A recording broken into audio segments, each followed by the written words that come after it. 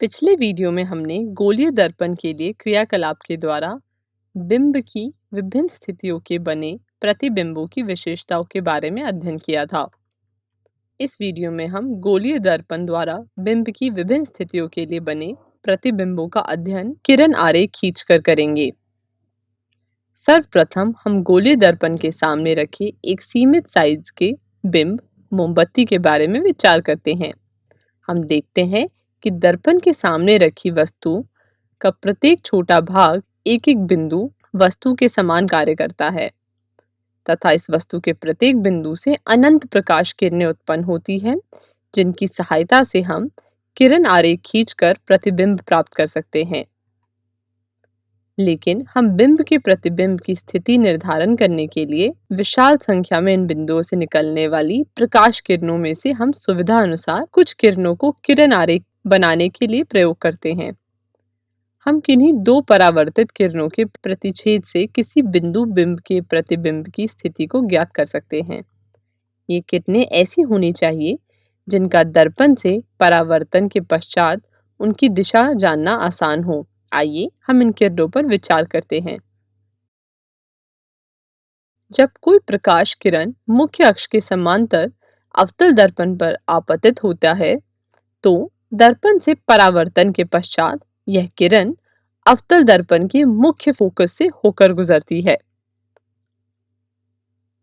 अब हम उत्तल दर्पण के मुख्य अक्ष के समांतर किरणों को उत्तल दर्पण पर आपतित करते हैं। उत्तल दर्पण इस किरण को अपसारित कर देता है तथा ऐसा प्रतीत होता है कि प्रकाश किरण मुख्य फोकस से होकर गुजर रहा है। तो यह हमने मुख्य अक्ष के समांतर चलने वाली किरणों के बारे में देखा। अब हम प्रकाश किरण को अवतल दर्पण के मुख्य फोकस से होकर दर्पण पर आपतित करते हैं। तो हम देखते हैं कि अवतल दर्पण से परावर्तन के पश्चात यह किरण मुख्य पक्ष के समांतर जाती है।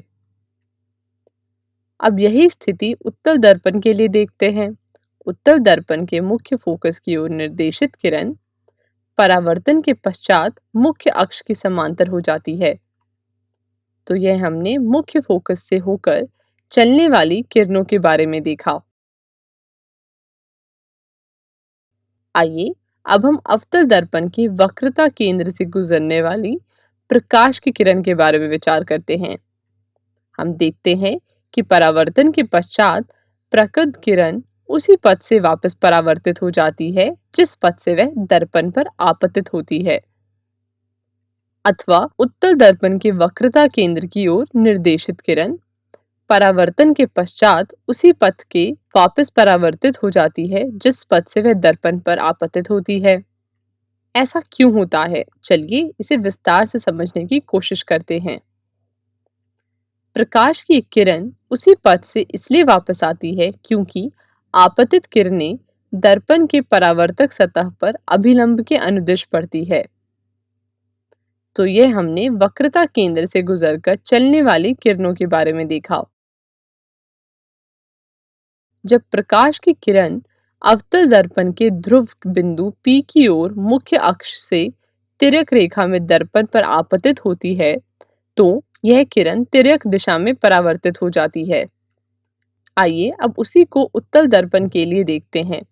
आप देख सकते हैं कि प्रकाश की किरण उत्तल दर्पण के ध्रुव बिंदु P की ओर मुख्य अक्ष से तिर्यक रेखा में दर्पण पर आपतित हो रही है। हम देखते हैं कि दर्पण से परावर्तन के बाद यह किरण तिर्यक दिशा में परावर्तित हो जाती है।